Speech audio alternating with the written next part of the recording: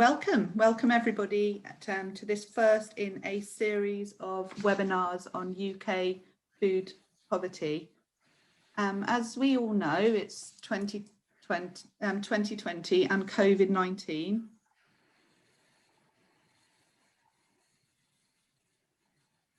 Oh dear. As we all know, 2020 and COVID-19 brought about an unprecedented situation, exacerbating poverty and food security challenges on a worldwide scale. Food poverty issues must not be ignored, as hunger and malnutrition has the same devastating effect on people, health and families wherever they occur. We at Godan strongly believe that open knowledge and open data is the solution to this growing concern, not just in the UK, but elsewhere in the world. The UK is particularly interesting though, as there's data available on which to base innovations and policy models. So there is a growth in new technologies and approaches as a result of that.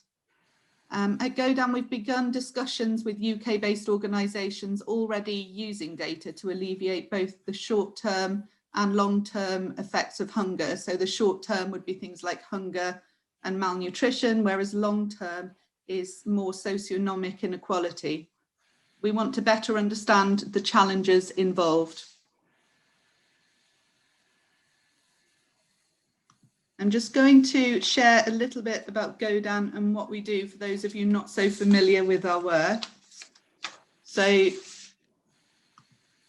Godan supports the proactive sharing of open data and knowledge to deal with the urgent challenge of ensuring world food security.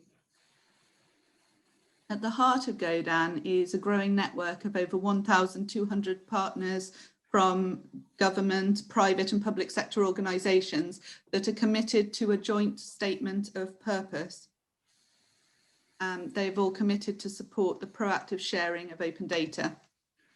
Godan focuses on building high-level support among governments, policymakers, international organisations and the private sector.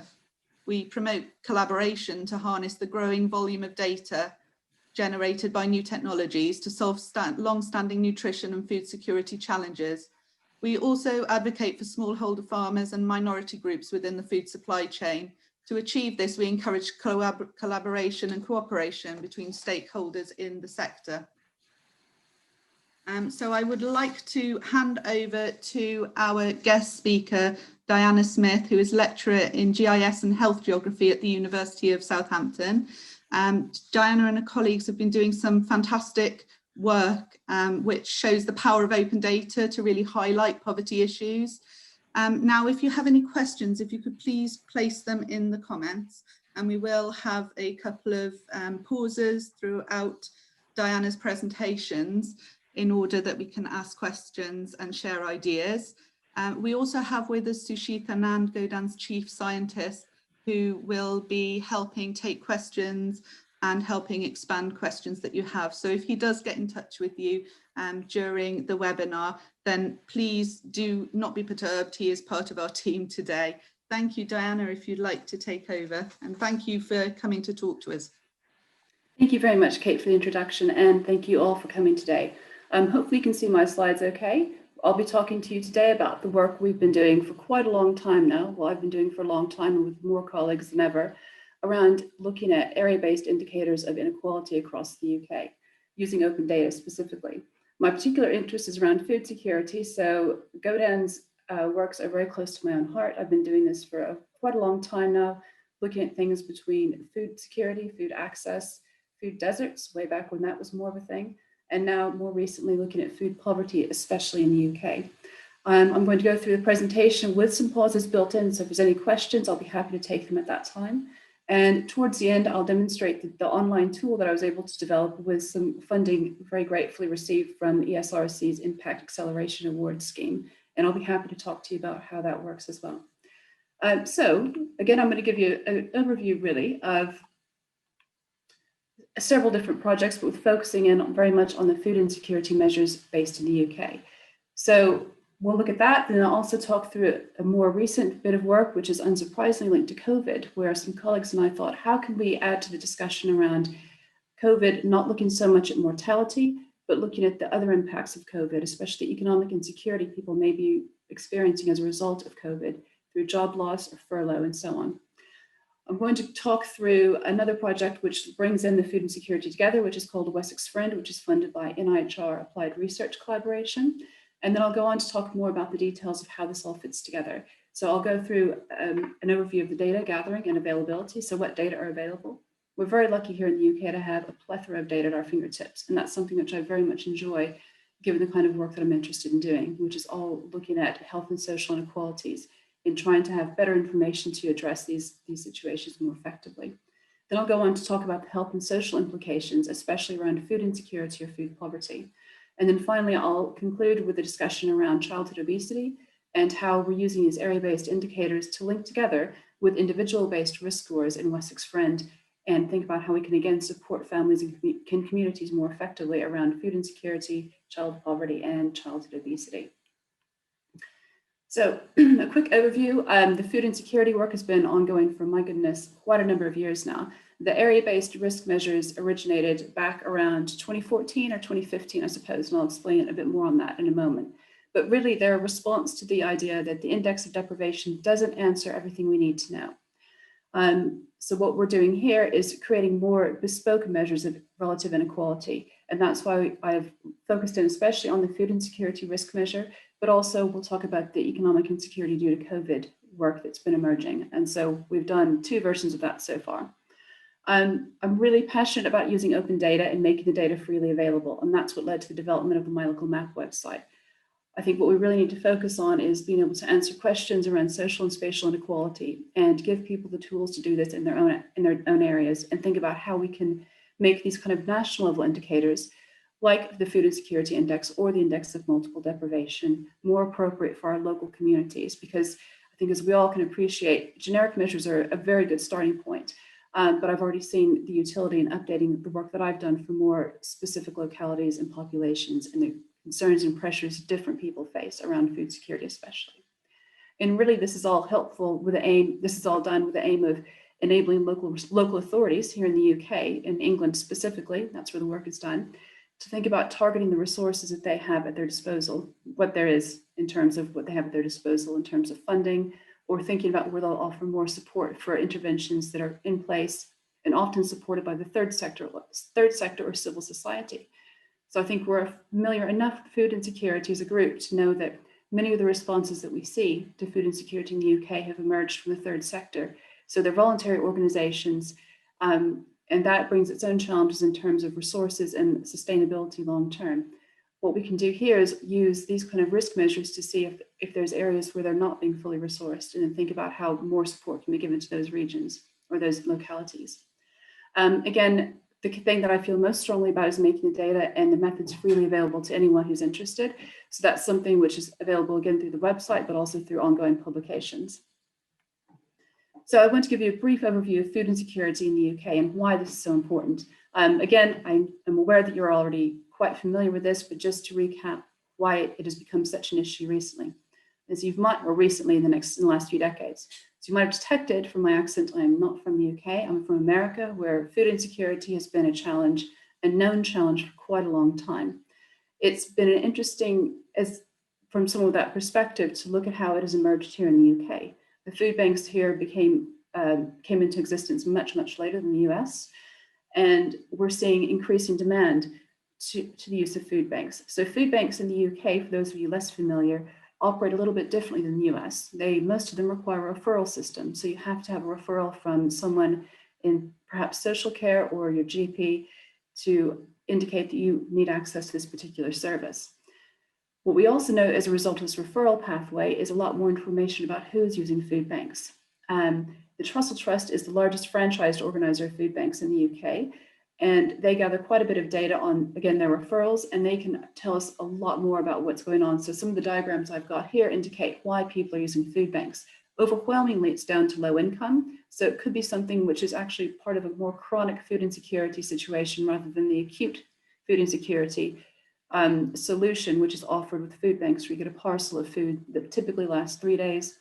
If you're fortunate, you might live somewhere like Southampton, where the food parcels are for 5 to 6 days and provided by Southampton City Mission, which is an independent food bank. There are also about 700 to 800 independent food banks across the UK as well. So Trussell Trust are an extraordinarily large organization, but there are a good number of independent food banks operating perhaps slightly differently, but with the same sort of resources.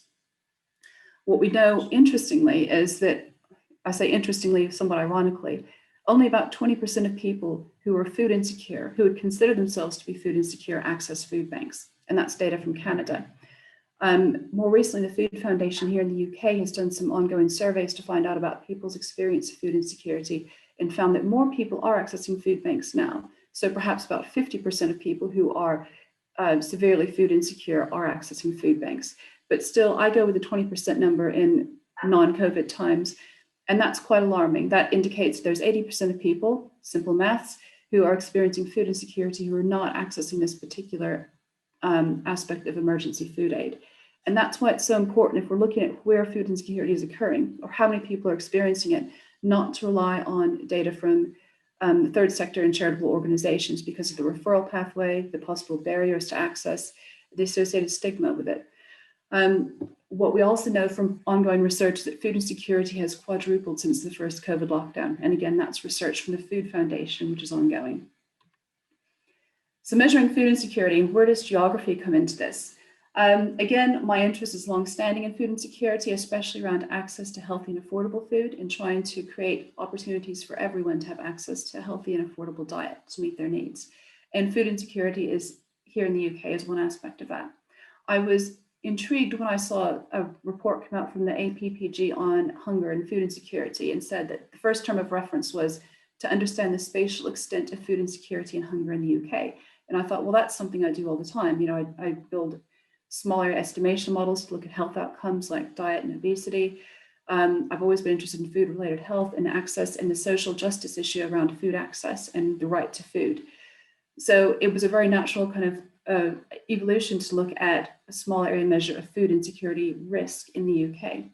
Now, we're fortunate in a way that finally the UK is going to start collecting this data systematically. It's been collected regularly in the US and Canada for many years now through large national surveys, representative surveys. Here in the UK, the Department for Work and Pensions have started collecting data on food insecurity with a sample size of about 20,000 households, and that's in the Family Resource Survey.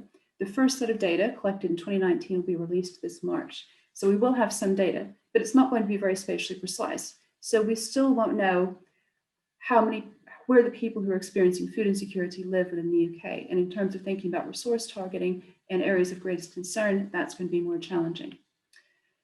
So the question remains is try how we can estimate risk in populations most effectively. So the first thing to consider is who is most at risk of food insecurity in the UK. And the way that we chose to go about this was to look at the grey literature emerging from organizations like Child Action on Poverty, Oxfam, Church Action on Poverty, Oxfam, the Food Foundation, and lots of colleagues who've done this work over the years, including Liz Dowler and her teams. So Claire Thompson's a colleague who's now at the University of Hertfordshire, is a qualitative researcher, and we got together to look at all the literature to identify who is it that we often see identified in food insecurity. Because again, we don't want to rely on looking at who's accessing food aid for the reason I just illustrated. Only about 20% of people who are experiencing food insecurity are accessing emergency food provision in Canada, and we can assume it's something similar here in the UK. And then thinking about what data are available to help us model this type of population and what scale we want to look at. Do we want to look at something like a lower super output area, which has a population of 1,500, or middle super output areas, which have populations of 7,000?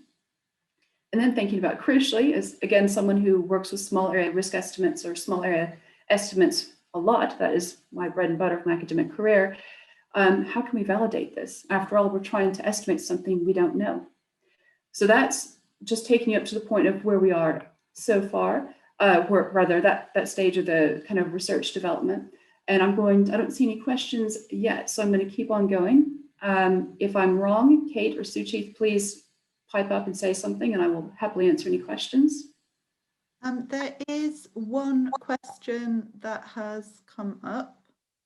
Bear with me 1 second. Oh, I see it now. Could there be work done in the background to link the data of spatial zone area units? Yes, so that is actually what I'm getting onto, is exactly how that's been done. Is that the question? Yes, absolutely. Fantastic. Okay, let me continue then. once I figure out how to close this, there we go. So I'll tell you a bit more about the data that we decided to use. So after this kind of comprehensive literature review, to look at who was experiencing food insecurity, it's all about them linking in the spatial data. So it's making this kind of aspatial data about who's experiencing food insecurity spatial by linking it to small areas, which again is what I've ended up doing for a lot of my academic career so far. So considerations, I would not be a good geographer without thinking about the modifiable areal unit problem, which is which scale do we want to use? Because at some scales you'll see associations and correlations, and at others you won't. We need to make sure that we can really identify the appropriate scale for the research question. This is something that we struggle with in health geography quite a lot. I'll go off on a brief tangent here, which is if you think about your neighborhood and how much your neighborhood influences your health and your choices, how do we define a neighborhood? Do we look at something very small, like a lower super-output area, of which there are 32,000 across England? Or do we look a bit more widely, which is the middle super-output area, of which there are 7,000 across England, 6,791 to be exact. For this reason, for this kind of area, we chose to look at middle super-output areas because it's about considering as well the resources people might have available to them. And I'll come on to that because that's part of the crucial updates we're doing now. What we chose to do for this particular project was to use middle super-output areas. So again, average population of 7,000. There are just shy of 7,000 MSOs across England. And what was really helpful is they nest within wards, which are a really crucial unit of analysis in the UK because each ward has a local councillor or politician associated with them. So you have an automatic advocate around wards and any kind of social and spatial inequalities observed within wards. So we use these MSOAs to reflect kind of the wider neighborhood rather than the very narrow neighborhood of lower super-output areas, which we see with index of multiple deprivation score. However, over the last few years, I've been looking at this and decided, again, with feedback, because what I have not yet mentioned is all the qualitative work we have ongoing with local authority partners and other people who want to use the data. And we found that in some urban areas, lower super-output areas are necessary because the MSOAs mask the variation in small areas. And so part of the work we're doing now is updating it from middle super-output area down to lower super-output area. So again, especially important for urban areas. Then it's all about the data as well and the data availability. The census comes around every 10 years. So what we've had to do is look at census data and look at proportions of the populations that fit this kind of high risk criteria identified from qualitative literature, which I'll demonstrate in the next slide, and bringing in as well Department for Work and Pensions data on benefits claimants, because we know people who claim benefits are much more likely to be food insecure than those who are not.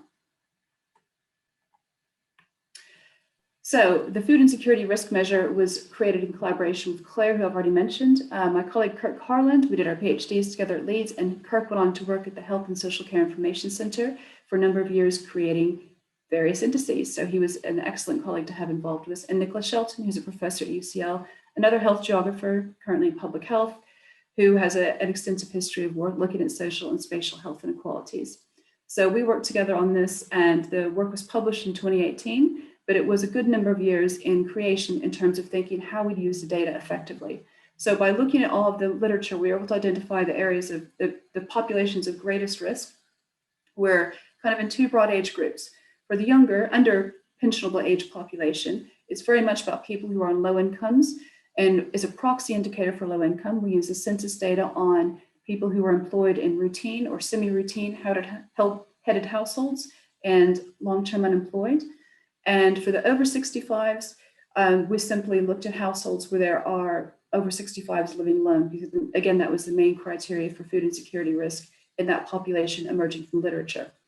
For the under 65s, we also look at low-income households, I should be more specific, with dependent children, or where they're a single adult household. And again, that's an update from the previous work. So if you look at the paper, it's a slightly simplified version of the measure, but that's because, again, we update it as we get more information and feedback from different local authorities.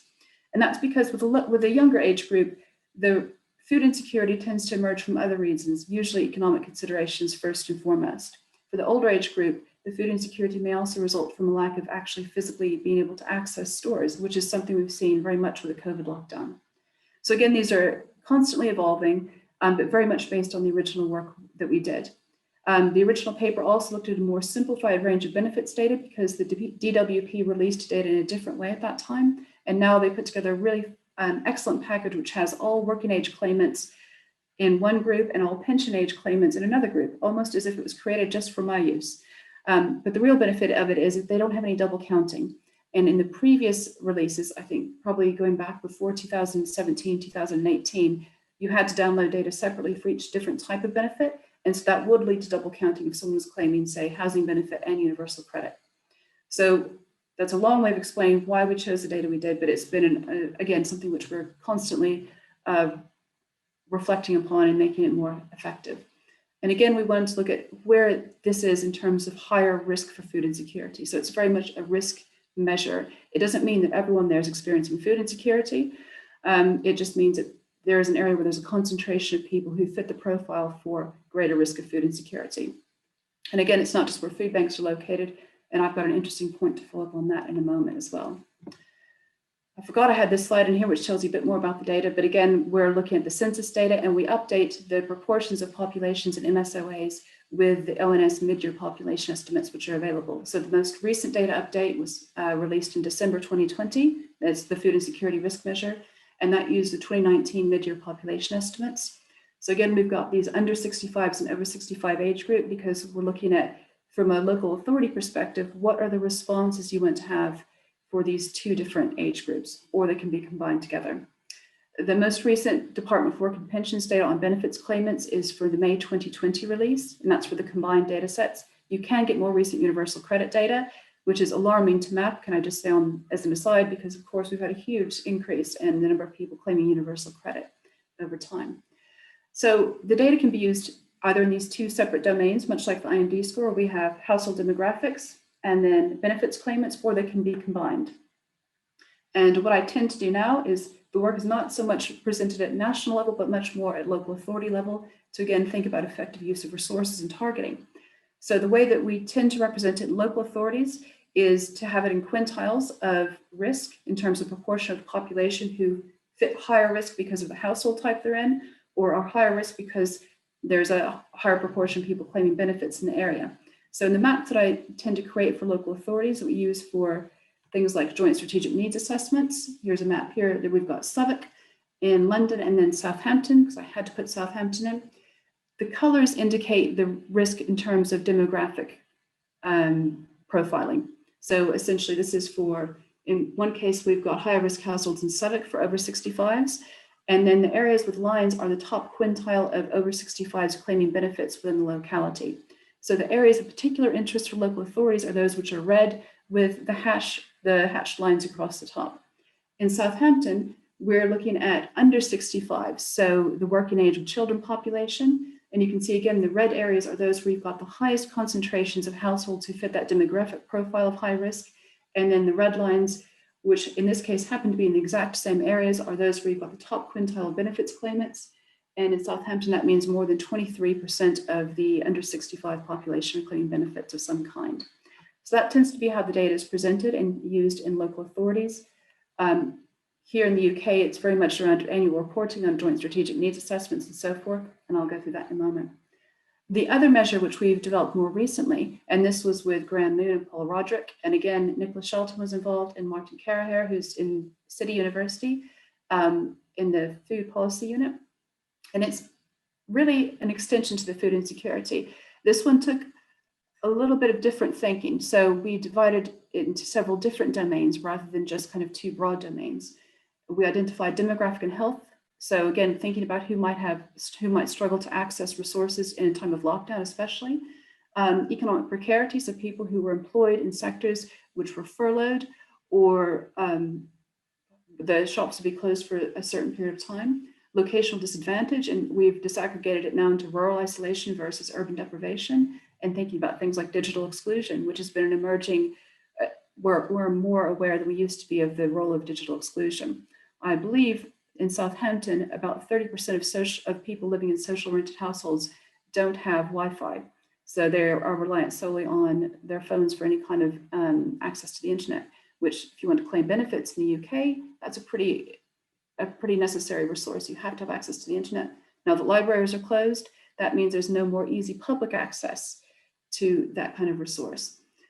So Graham Moon led the principal components analysis for this, and we used it as a variable reduction method to get down to the things which were most strongly driving these various aspects of economic insecurity. So we went from about 35 variables down to about 8. And again, they're in these kind of broader domains around economic precarity, demographic and health, and locational disadvantage. And the economic precarity for the update of this, we've already done one update as lockdown rules were changed.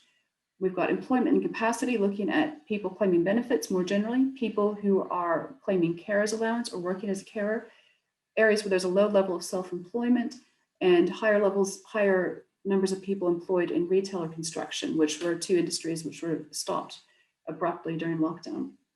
Then we look at the housing domain, which is housing benefit and homelessness. And then there's furlough and employment. We took some furlough data and downweighted it to MSOAs to identify areas with high levels of furlough and high-risk industries. So that's the economic insecurity work. And again, some of the early results coming out of this, we split it by the same age groups, so the children in working age and the pensioner age population. And here are some examples from Southampton, which some of you might have noticed map on quite clearly with the food insecurity risk and also the IMD score as it happens. And then Waltham Forest in London. So again, just ways of demonstrating the data. In this case, we have only one variable on each map, but with the diverging color scheme to show that red areas have highest risk in terms of populations who would be at high risk for economic precarity due to COVID. So I'm going to pause there and answer any questions that have come up. Hi, Diana. So a particularly interesting one, there's no name on this one. They're talking about how food is being distributed within their community in the UK and saying that there is a Trussell Trust in their city and asking how is where the food is coming from consistently measured. How much of what proportion is coming from, say, food banks, what proportion is coming from other sources? No one is capturing the data about where emergency food aid is coming from, to my knowledge, because Trussell Trust and the independent food banks are quite separate entities. So the independent food aid network is kind of an umbrella organization, which is a point of connection for the food banks, but they are not linked in the way that Trussell Trust food banks are. The food that goes into these food banks is either donated through private donations or corporations, or Fair Share is a large organization which redistributes surplus food to food banks. So they will have some information in terms of the weight of food which is delivered to different parts of the country. Whether they have a lot of detail around composition of food and how it's distributed, I don't think so. Talking to food banks, they're able to give us data on the number of parcels they're distributing, but whether there's a breakdown in terms of composition, not data that I've seen easily available, because not the problem with food banks, they're doing a fantastic job at what they need to do. They're not there to collect data in the way that we might like them to. So they are very much a crisis point and helping people. And many independent food banks don't capture a lot of data on the referral system either, and the demographics of their users. So we really are hampered by their limitations, which is very much on the human resources side of collecting this type of data. Thank you. Kasim has also made a very good point about the complexity of food poverty and would like to know whether you've seen any impact of climate change actually on the UK data and on UK food poverty. No, that's probably because it's not something I've been looking for. So what we look at is people who are likely to be food insecure. And I think what probably is a kind of a stronger impact right now would be Brexit and the cost of food. Less so, I would say, climate change, because so much of our food is coming from elsewhere. So I think in the short term, not necessarily. However, as we perhaps see more communities developing gardens and interventions like that to address food insecurity rather than just food banks, we may see a greater impact of climate change on community food security as that's being developed. Thank you.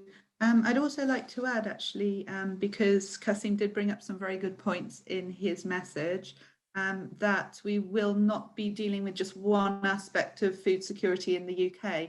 And the really interesting thing about the UK and why we're starting to deal with the UK first, or starting to look at what institutions in the UK are doing, is because there's a lot less data gaps in the UK. So there's been a lot more progress in terms of innovation here using open data. Absolutely, that's so true. And we're in a fortunate position now to collect more information about food insecurity, but we don't have a lot of data that I know of in terms of the resources being made available to address food insecurity in households. But yes, I agree. It's a really good point. We are fortunate. We're data rich in that way. Robert is asking, when did households begin to be food insecure in the UK, and what role has COVID-19 had to play in that? So households we've seen an increase in food insecurity in the UK even before COVID. And if we look at things, proxy indicators like food bank use. So if we use that as a good indicator, kind of a baseline, so let's assume that there still is 80% not accessing food banks. But for the 20% who are, there's been a constant uplift. I have another image from Trussell Trust which shows the number of parcels given out and how it's just been going up and up and up over the years. When you talk to food bank providers, they say there was a spike initially with COVID, and then it kind of calmed down a bit. But no, food insecurity has been happening for a long time. And by a long time, I mean a couple of decades, but especially acutely over the last probably 10 years or so. And that is largely due to some sort of shock to the system. So think about the 2008-2009 economic downturn, higher cost of housing, the cost of private rented accommodation, which keeps going again up and up and up. So inflation is a major factor in especially chronic food insecurity. People who are underemployed, 0 hours contracts, insecure employment, all these sort of factors have been ongoing for a number of years now. We just didn't have food banks as a response to it. There are a lot of people, when you speak to them in qualitative work like Claire does, who will explain why they don't use food banks. They don't want people to know the situation, so they find other coping mechanisms like getting their kids to go around to their friend's house for tea every evening, or using their families for an extra resource for food. So there's a lot of informal food aid as well happening, which I haven't even begun to scratch the surface on because that would take up easily a whole hour. But that comes out of churches or other places of worship, or through schools, which isn't captured in any kind of data from food banks. So we have a snapshot of the food aid situation, and we can use that as an indicator of the increasing demand, absolutely. But it has been an ongoing problem, largely driven by money. So food poverty is just another very acute version of, or very kind of extreme version of poverty. And I think that's something we've got to keep in mind. Thank you, that's fascinating. I would also like to myself answer a quick question about how people can sign up for other upcoming sessions in the series. Also how they can access a recording of the webinar, which we are currently making. I am just dropping now into the live chat a link to Godan's mailing list. So if you would like to sign up for the mailing list, then I'll make sure that you get updates on that. Otherwise, we will be putting this recording on the front page of the website, and just stay tuned to our social media or mailing list for updates as to the next webinars in the series. Thank you, Diana. If you'd like to carry on with the next presentation. Okay, so we're coming up to the end of it, so that's the good news, and we can have a bit of a chat. So just to pick up on the health and social implications of why does it matter? I think this is something which interested me around food deserts many years ago, is food deserts, if they exist, so areas of poor access to healthy and affordable food, what is the public health implication? And that's what this comes down to. So what is the implication of food insecurity? I mentioned validation earlier, and how I do lots of small area models of various things, but how do we know they're correct? We put in things which we know are highly related or predictors of that particular outcome, and then we hope they're accurate. In the case of food insecurity, childhood obesity is, of course, very strongly associated with area deprivation and with individual disadvantage. And it's also related to episodic food insecurity very convincingly in the US. And again, here in the UK, we know that poor quality diet linked to food insecurity, and that's also going to have a very strong link with the prevalence of childhood obesity. Going back to why we're lucky to have good data in the UK, there's a National Child Measurement Program, which collects data on children at reception in year 5, so when they're 4 to 5 years old or 10 to 11. So we have data on childhood obesity at MSOA level going back a number of years. And then we were able to look at the food insecurity risk index and find that it was highly correlated with childhood obesity and also with the index of deprivation, which is not surprising given some of the same data goes into an index of deprivation. Looking at the economic insecurity due to COVID, it was highly correlated with hospital admissions at the MSOA level, and that was from data collected by the Office for National Statistics. So that is the best we can do. However, I would say that I've been collecting kind of impact statements from different organizations and different local authorities I've worked with. And I understand from the ones that I've spoken to recently that anecdotally, when they look at food bank parcels, parcel handouts in different areas, it does correlate quite strongly, again, with areas where we've identified being higher risk for food insecurity. So the next question, what are the policy responses to areas with with higher prevalence of poor health? And that's very much around the local responses that I think some messages in the chat have already spoken to. There's been quite a response, especially around holiday hunger here in the UK, thanks to Marcus Rashford. So holiday hunger is the situation where children who would normally have access to free school meals find themselves at a substantial disadvantage during the school holidays, or what we just call normal now because no one's in school anymore. It feels like to any of us with children trying to balance work and everything else. And I don't have to worry about the issue of feeding my child either. So if we look at that particular application, this has been used in a few different places to look at where there should be a higher risk of food insecurity and where perhaps holiday hunger activities, when they're allowed to run, could be happening. And again, local organizations are doing things like making free hot meals available. I know in the town I live in, there's a few restaurants which have said during half term last autumn, come by and you can have a sandwich and a piece of fruit on us every day of the week for any children who need it. So there's been a lot of local response like that, which has been fantastic to observe, but very sad that it's had to come from the basically third sector rather than from any kind of assistance from the government. We are, of course, getting this £20 uplift in universal credit payments, but not everyone is on universal credit for a number of reasons. For one thing, you have to really have a low level of any savings. So what we've also seen as a result of lockdown and COVID-19, going back to an earlier question, is a lot of people lost their jobs quite suddenly. And I heard this wonderful phrase around it from a colleague at Southampton City Council, which is the inexperienced poor. So there are more people now who are facing food insecurity who don't have the experience of growing up in a more economically insecure household. And so they're less aware of the resources available, whether that's a food bank or a hot meal service or any of these other kind of resources.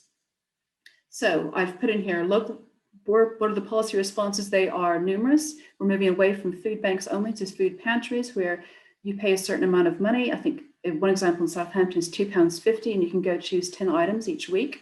So the food is much, much cheaper. And there's also a transaction involved, which tends to be much more acceptable for a lot of people there because some money is changing hands and it's not like a free handout you get at a food bank.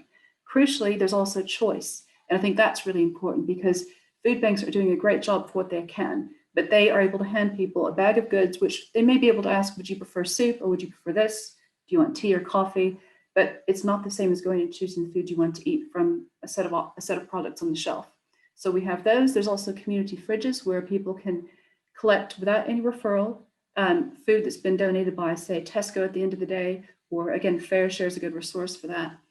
So there's all these different types of policy responses we're seeing, and then kind of longer term, the exciting ones to me are around community food security and thinking about how we can convert. I'm looking at some disused green space across the road. How can we turn that into a garden and get more people actively engaging with growing food? And again, that does go back to climate change. This is where I start to go off in all these different directions because it is such a challenging issue and it requires a very holistic response. So we can't just say it's all about money. A lot of it is about money. Some of it's about access and getting access to affordable food because those £15 food vouchers for holiday hunger were great unless you lived somewhere surrounded by, as I do, Marks and Spencer and Waitrose. Thank you very much. It would have been beneficial to have something a bit more affordable.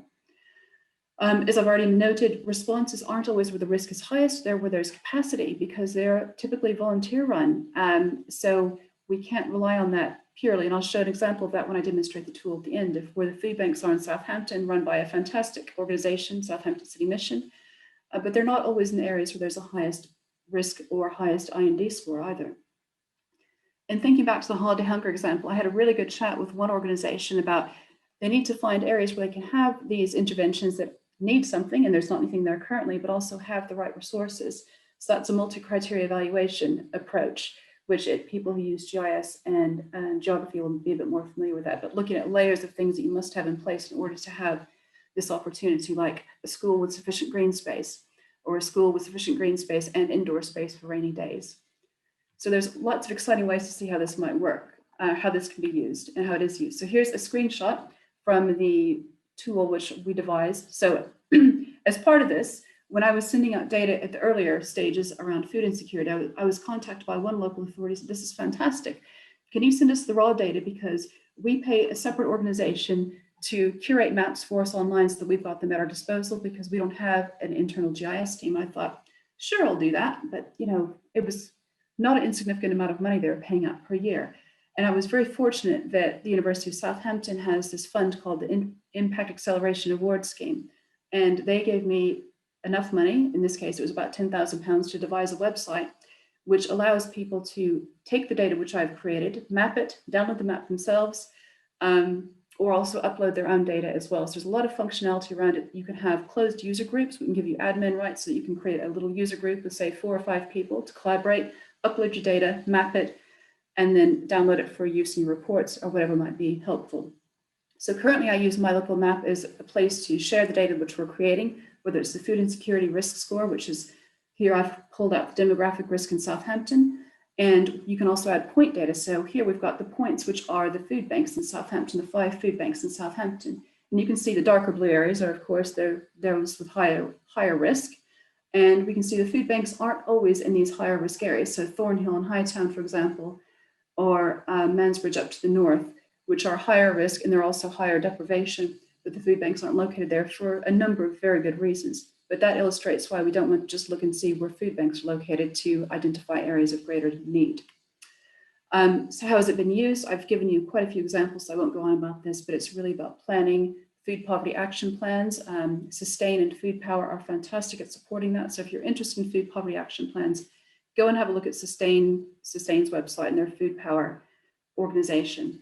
The data has been shared quite a lot, probably with more than 40 local authorities now, Age UK, Joseph Rantry Foundation, other local charities who are looking at how they can make a case for why they need more support, or just ensuring that they're sending out their resources to the right locations.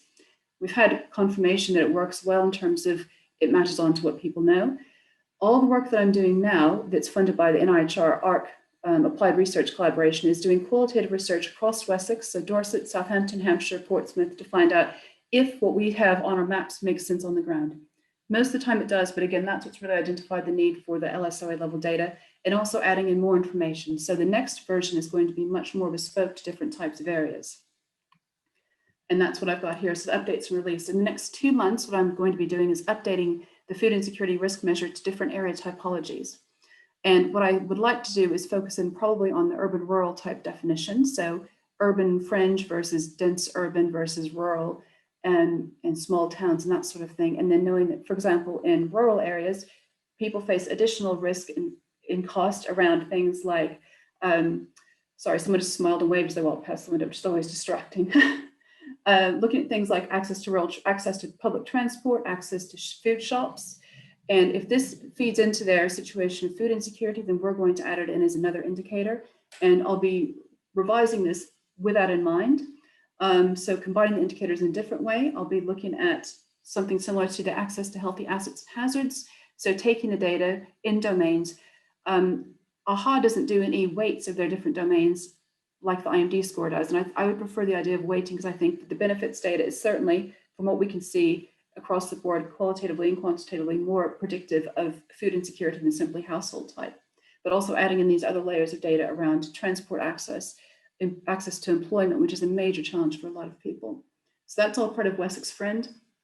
And I've listed the colleagues I'm working with on that. And then Economic Insecurity Index, we're going to be working on updates for that as well a little bit later, so April and May. And again, they'll all be available on the website. Just one short application, I'll take any questions, is around childhood obesity. So this is also part of the Wessex Friend, the NIHR funding, just to highlight the issues. We are painfully aware of the increasing prevalence of childhood obesity across the world. And here in England is no different. 22% of those aged 4 to 5 and 33% of 10 to 11-year-olds are classified as obese from our National Child Measurement Program. Child obesity leads to adult obesity, which leads to usually a higher rate of health problems later on in life, especially around diabetes and cardiovascular disease.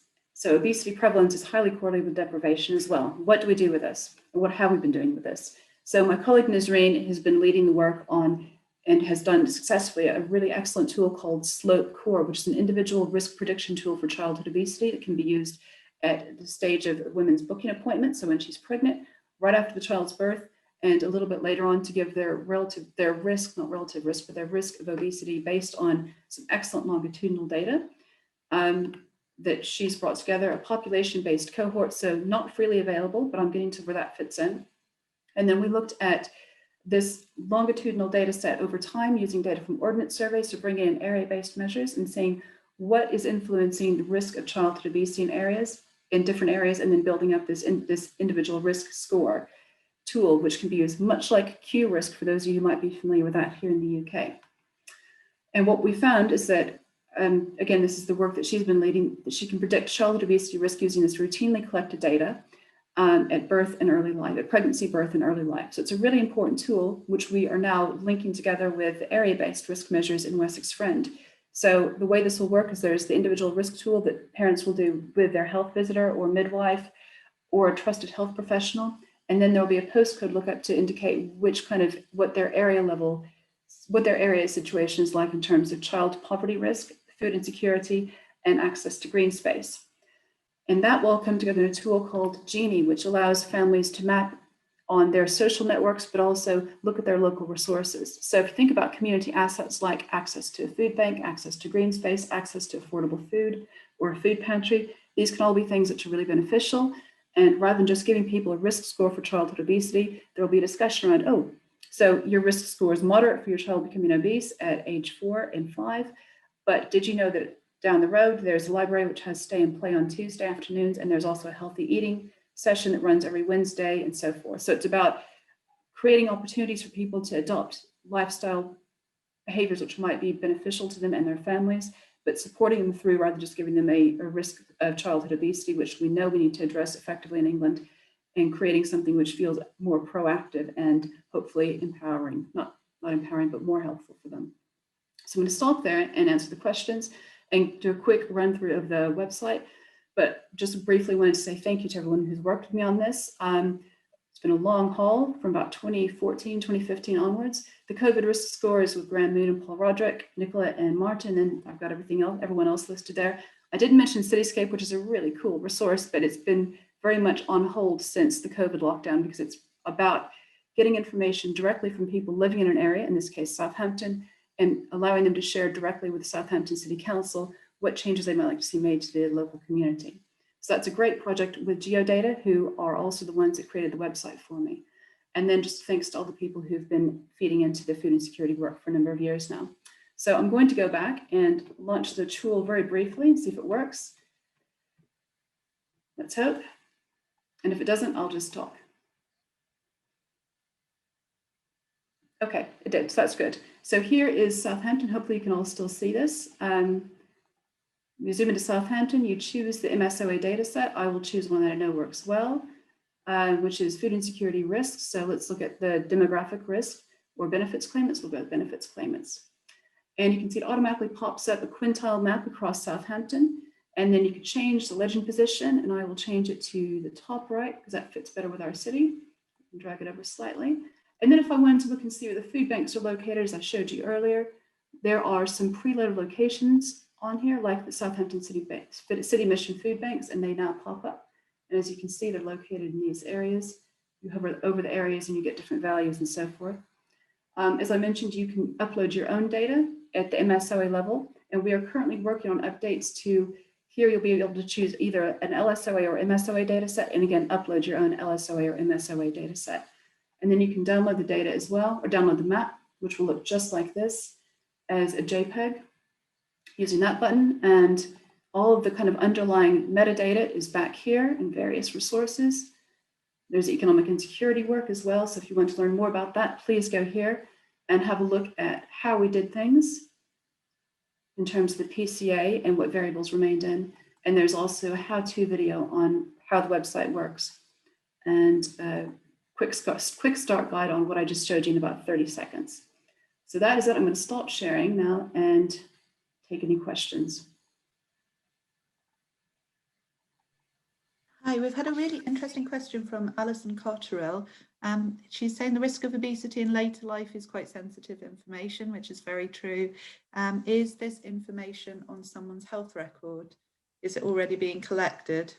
This is not risk of obesity for adults, it's childhood obesity risk. If she's meaning it's going to be sensitive for the child later in life. No, it's not anywhere in a health record. So this is a tool, much like Q-risk. So you put in some variables. In this case, we know which ones worked well in predicting childhood obesity. And the health visitor then tells you what your score is. And it just simply coded as yellow, orange, or green, yellow, and orange, I believe. And then that's communicated with the families at the time, but it doesn't go on your record anywhere now. As Alison's rightly pointed out, then it could have implications for later in life for health insurance premiums, etc., which is very true, but thank you for clarifying that. We have a very interesting question related, which is quite COVID specific. If economic insecurity is correlated with hospital admissions, does that mean that obesity is in effect a big risk factor to COVID? We know obesity is a big risk factor for worse outcomes on COVID. I'm not a doctor in that sense. I'm a MAP doctor. But we know that obesity is strongly associated with worse outcomes for COVID from what I remember seeing in the literature. I think the reason we see its association is we also know that people who live in more disadvantaged areas, from what I remember seeing, tend to be more likely to have more severe cases of COVID, and this leads to hospitalization. I wouldn't say it's causation. Well, we can't say it's causation. It's all cross-sectional data anyway. It was just when we were trying to think of how we can look at the economic insecurity risk, what would we want to explore in relation to that in terms of verification or some sort of validation? And out of interest, I looked at the cases in terms of hospitalizations for COVID by MSOA and found a strong correlation, which was unsurprising because people may be worse off because they don't have the same level of underlying good health from a healthy diet, lots of exercise and so forth, access to green space. Thank you. And another one which is sort of somewhat related, but in respect to special educational needs groups, or groups as we call them in the UK, is childhood poverty, would you say, correlated with prevalence of special educational needs children? I have not looked at that, but I'm going to make a note of it because it'd be a really interesting thing to explore. I don't know how easily available the SEND data is, but I shall look and explore that further. One thing that's come out around food insecurity that we haven't yet included in the data set, but will be in the next version, is severe mental health conditions, because again, it's a challenge in terms of accessing benefits and then accessing any other resources. But I don't know, and I will find out. Fantastic, thank you. And finally,